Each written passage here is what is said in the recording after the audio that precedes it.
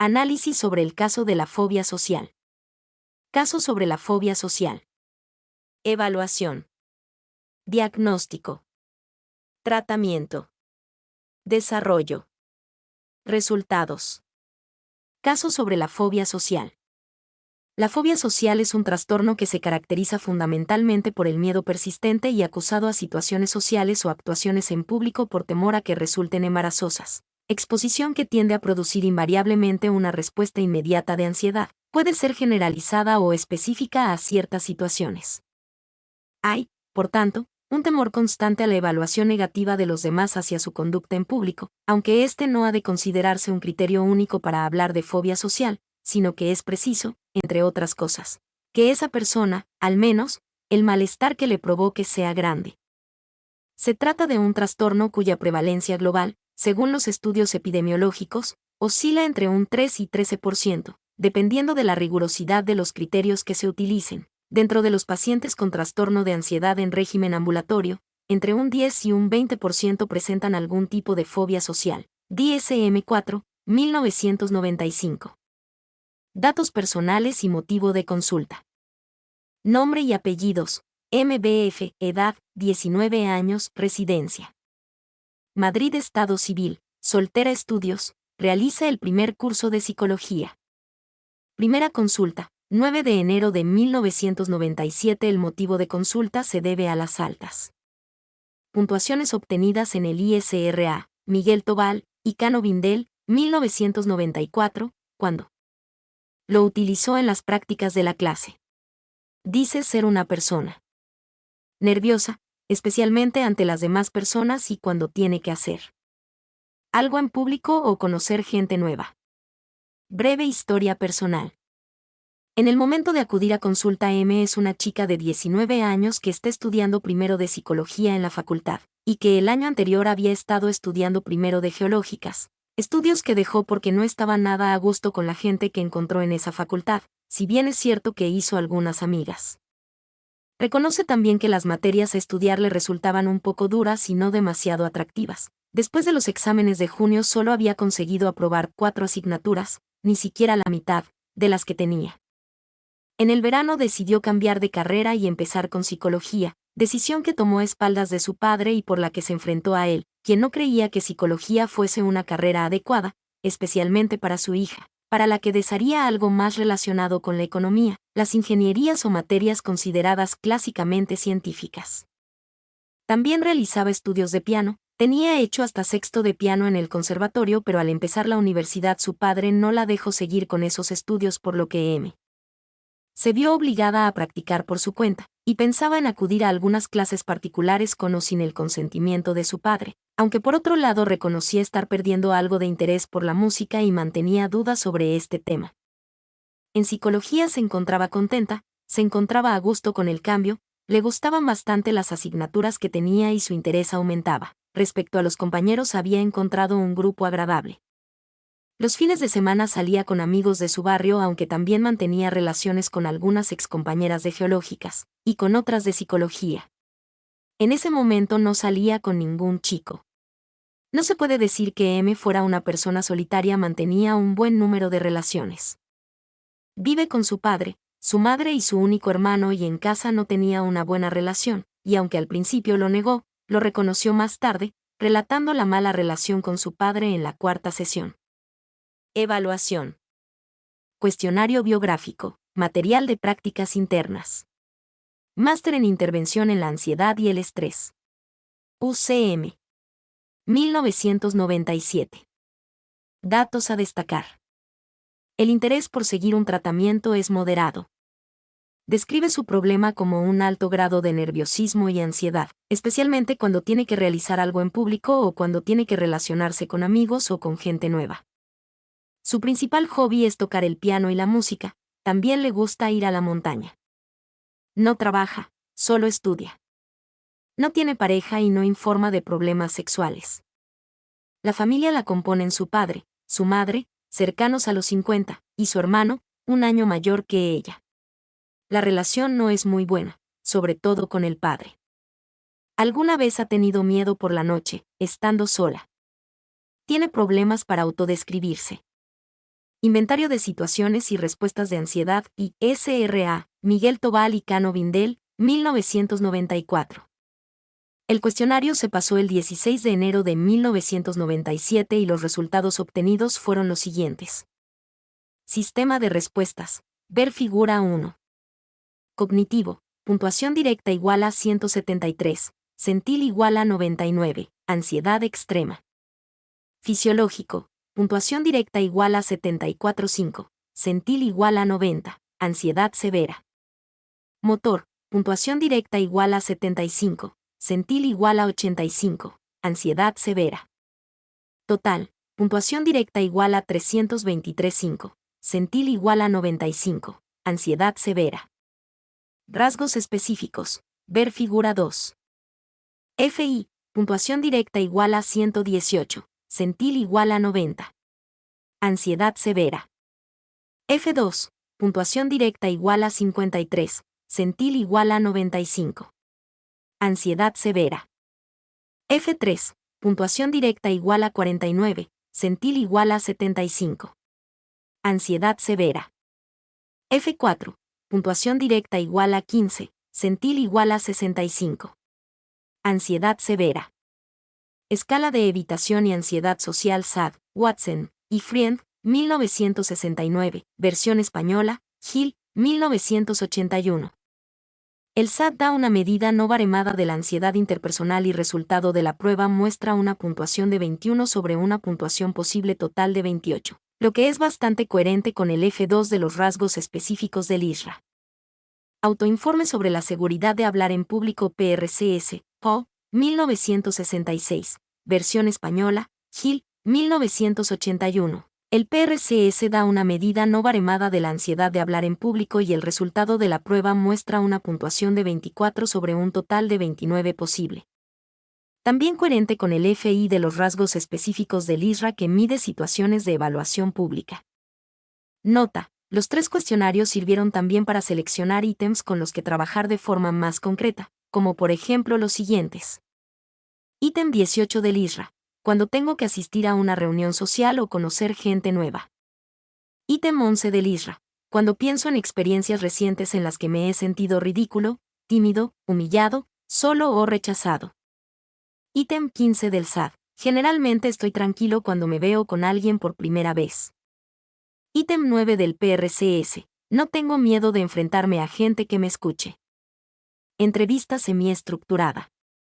La entrevista se utilizó como medio para conocer su historia, para ahondar en los primeros datos obtenidos a través del cuestionario biográfico, y para precisar en el relato de situaciones problemáticas concretas. Con la entrevista se obtuvo el relato de aquellas situaciones que le habían resultado problemáticas en los últimos días, situaciones como por ejemplo, tener que hablar con alguien a quien acaba de conocer, presentar un trabajo en clase, tocar el piano en casa pudiéndole escuchar su padre o cualquier otra persona, aunque ésta no estuviese en la casa, etc. En el relato de estas situaciones el análisis que realizábamos pasaba por la clasificación en 1. Ideas o pensamientos que tenía, que eran del tipo de voy a hacerlo muy mal, seguro que piensa que soy tonta y no valgo para nada. 2. Las conductas que había hecho como no tocar el piano si su padre podía oírla, mantenerse al margen de la conversación cuando había alguien nuevo en el grupo de amigos. Y 3. Por último, las sensaciones fisiológicas que había notado en esas situaciones, como temblor de manos o músculos en tensión. También se analizaban los recursos de afrontamiento. Hay que decir que con la entrevista también se descubrió que a pesar de lo problemático que para ella eran situaciones que se realizaban en grupo, al llegar a consulta, algunas que podría haber evitado no las evitó, como por ejemplo, irse de excursión con gente que no conocía mucho, o presentarse como monitora para un grupo de prácticas de su clase. Otras, como entrar sola en la cafetería o tocar ante gente, si las evitaba. Las áreas más problemáticas eran actuaciones ante público numeroso, como hablar en clase o dar un concierto, y relaciones personales con personas nuevas, con sus amigos y con su familia. En ninguna de estas situaciones se encontró un déficit en habilidades sociales, era asertiva y tenía un buen repertorio de habilidades. Autorregistros de pensamientos automáticos. El objetivo fundamental de los autorregistros fue el de evaluar los pensamientos automáticos que acompañaban sus emociones negativas más intensas.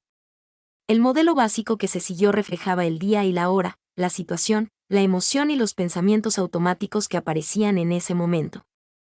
Además, los autorregistros incluían 2 columnas en las que se valoraba el tanto por ciento de verdad que había en esos pensamientos automáticos en el momento de suceder la situación estresante y otra en la que valoraba ese por ciento de verdad horas después. Posteriormente esas columnas se sustituyeron por otra donde se planteaban pensamientos más racionales o realistas. Esto favoreció el tratamiento. Ver tabla 1. Monografías.com. Autorregistros del entrenamiento en relajación. Otro tipo de autorregistro se utilizó en el entrenamiento en relajación. Con él se pretendía ver el desarrollo del entrenamiento comprobando el número y la calidad de los entrenamientos. Se controlaba el momento de inicio y el momento final, el grado subjetivo de ansiedad antes de comenzar y el grado subjetivo de ansiedad al finalizar el ejercicio de relajación. Diagnóstico. Tras la evaluación, el diagnóstico se realiza a partir del eje y trastornos clínicos del DSM-41995 comprobando que la información obtenida se ajusta a los criterios para el diagnóstico de F40.1 fobia social, 300.23. Temor acusado y persistente por una o más situaciones sociales o actuaciones en público en las que el sujeto se ve expuesto a personas que no pertenecen al ámbito familiar o a la posible evaluación por parte de los demás. El individuo teme actuar de un modo, o mostrar síntomas de ansiedad, que sea humillante o embarazoso, las altas puntuaciones en el ítem 18 del ISRA, cuando tengo que asistir a una reunión social o conocer gente nueva. La exposición a situaciones sociales temidas provoca casi invariablemente una respuesta inmediata de ansiedad, que puede tomar la forma de una crisis de angustia situacional o más o menos relacionada con una situación. Alta respuesta de ansiedad con fuerte temblor de manos cuando descubre que alguien le está escuchando tocar el piano. El individuo reconoce que ese temor es excesivo o irracional. Reconoce, por ejemplo, que es excesivo no entrar en la cafetería si va ella sola. Las situaciones o actuaciones en público temidas se evitan o bien se experimentan con ansiedad o malestar intensos. No tiende a evitar muchas situaciones, pero experimenta con intensa ansiedad. Los comportamientos de evitación, la anticipación ansiosa, o el malestar que aparece en la situación, social, o actuación, en público temida, interfieren acusadamente con la rutina normal del individuo, con sus relaciones laborales, o académicas, o sociales, o bien producen un malestar clínicamente significativo. El miedo o el comportamiento de evitación no se deben a los efectos fisiológicos directos de una sustancia, por ejemplo drogas o fármacos, o de una enfermedad médica y no pueden explicarse mejor por la presencia de otro trastorno mental. En el diagnóstico diferencial se hallarían en el eje 2 el trastorno de personalidad por evitación, el trastorno esquizoide de la personalidad, así como del eje y el trastorno de angustia con agorafobia, la ansiedad generalizada y la fobia específica. Hay que decir también que el punto en el que el DSM-4 hace referencia a la ansiedad a hablar en público, al terror a los escenarios y a la timidez como eventos en los que, si las personas que participan no pertenecen al ámbito familiar, no se ha de diagnosticar fobia social a no ser que el malestar o el deterioro en la vida del individuo sea grande. El caso de M cumple ambos puntos. Reacciones de ansiedad también con familiares y gran malestar. Conductas problema. Las principales conductas problema se refieren a sus respuestas de ansiedad en las siguientes situaciones. Relaciones con sus amigas. Relaciones con gente a la que acaba de conocer. Actuaciones ante la clase. Tocar el piano con público, familiar o no. La ansiedad en estas situaciones se caracterizan fundamentalmente por la respuesta a nivel cognitivo, con pensamientos deformados, destacando las distorsiones consistentes en interpretación del pensamiento, así como ideas de inseguridad. Modelo explicativo. Hemos elaborado un modelo explicativo desde el que se aborda el desarrollo y mantenimiento del problema. Ver figura 3. Monografías.com. Figura 3. Modelo explicativo. Objetivos terapéuticos. Mejorar la autoestima. Cambiar los pensamientos deformados sobre ella misma y las relaciones con los demás. Acabar con las conductas de evitación. Reducir la respuesta de ansiedad en los 3 niveles de respuesta. Tratamiento. El tratamiento tuvo las siguientes fases. Entrega de información sobre el diagnóstico y el modelo explicativo, definiendo el problema y los objetivos. Reestructuración cognitiva, dirigida fundamentalmente hacia las ideas irracionales y pensamientos automáticos, intentando cambiar sus sentimientos de inseguridad y buscando elevar, en definitiva, su autoestima. Uno de los pensamientos deformados que M presentaba de forma más continua era su persistente interpretación del pensamiento, de las personas con las que estaba, ya fuesen amigas de siempre o alguien a quien acabase de conocer, y que eran del tipo, no le caigo bien o debe pensar que soy tonta. Nos obligaba a trabajar en continuas reinterpretaciones más realistas y racionales. Los autorregistros, especialmente en las primeras sesiones, fueron de gran utilidad para seleccionar la situación concreta y los pensamientos deformados. Por ejemplo, ver una situación en la que estando con unas amigas en la cola del teatro.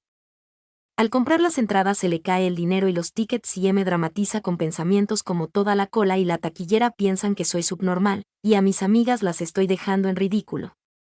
En la búsqueda y modificación de estos pensamientos deformados se utilizaron técnicas que consistían en cuestionar sus evidencias, o encontrar momentos donde la propia realidad cuestionó sus creencias, como por ejemplo, el día que estuvo pensando toda la mañana que su compañera no había ido a clase para evitar ir después con ella a un concierto para el que ya habían quedado. Al final, su compañera llegó justo antes de la hora de ir al concierto.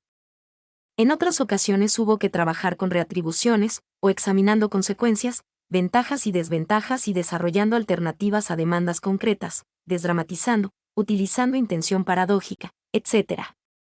En otras ocasiones se practicó la distracción como forma de evitar esos pensamientos.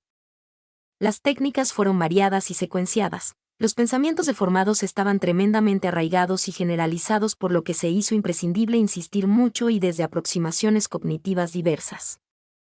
También se utilizaron autoinstrucciones, así como la puesta en práctica de la solución de problemas, ante algunas situaciones muy concretas, como demandas a su padre y viajes. A lo largo de todo el tratamiento hubo un continuo análisis de los éxitos o mejoras y de los fracasos, ya que los avances eran lentos. Valorando el grado de motivación y empeño puesto por ella, así como la eficacia de las diferentes técnicas empleadas.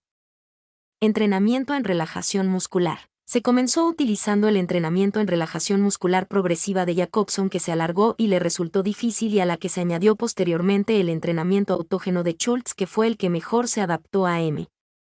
El entrenamiento se realizaba durante algunas sesiones en la consulta y ella debía practicarlo en casa durante todo el tratamiento. En la consulta le resultaba mucho más difícil relajarse, por no estar sola, y en su casa, durante el entrenamiento de Jacobson, no practicó lo suficiente. Fue con la relajación de Schultz cuando comenzó a sentirse más a gusto con la práctica, tanto en la consulta como en su casa. Exposiciones. Se aprovecharon algunas situaciones que iban a ocurrir. Para la exposición, estas situaciones se escogían de mutuo acuerdo en la sesión, solo aceptándolas cuando ella veía capaz de realizarlas. Entonces preparábamos la forma de afrontamiento, posibles consecuencias. Se trataba de conductas como presentar algo en clase, proponer un viaje a un grupo de amigos que acababan de conocer o, simplemente, entrar en la cafetería ella sola y tomarse algo allí. Después la ejecución de estas tareas era evaluada conjuntamente en la siguiente sesión. Desarrollo. El desarrollo de las sesiones, la evaluación y las técnicas terapéuticas utilizadas puede verse en la tabla siguiente. Tabla 2. La periodicidad de las sesiones fue de una semana. Monografías.com. Asterisco ese día tuvo un problema que le impidió acudir a realizar la evaluación post, con lo que la realizó durante el verano. Sin embargo, los datos utilizados como post en la comparación pre-post son los tomados en la sesión de seguimiento, que reflejan un mantenimiento de las ganancias terapéuticas. Resultados. La propia paciente informa de la mejoría que ha experimentado, sintiéndose satisfecha, opinión que coincide con nuestras observaciones. M consiguió cambiar sus pensamientos deformados y problemáticos de forma bastante generalizada, ignorándolos cuando en ocasiones reaparecían. Consiguió también enfrentarse a muchas de las situaciones que hasta entonces evitaba, dejó de tratarse tan duramente y comenzó a quererse más. Sus respuestas de ansiedad descendieron a niveles más normales. En el ISRA descendió en los 3 sistemas de respuesta y en FI, F2, F3, en rasgos específicos, ver figuras 4 y 5, y tabla 3. En el SAT la puntuación, sobre 28 posible, descendió de 21 a 16, y en el PRCS, sobre un 30 posible, descendió de 28 a 20. Descensos importantes al tratarse de pruebas que utilizan una escala de respuesta de verdadero-falso, mucho menos discriminante.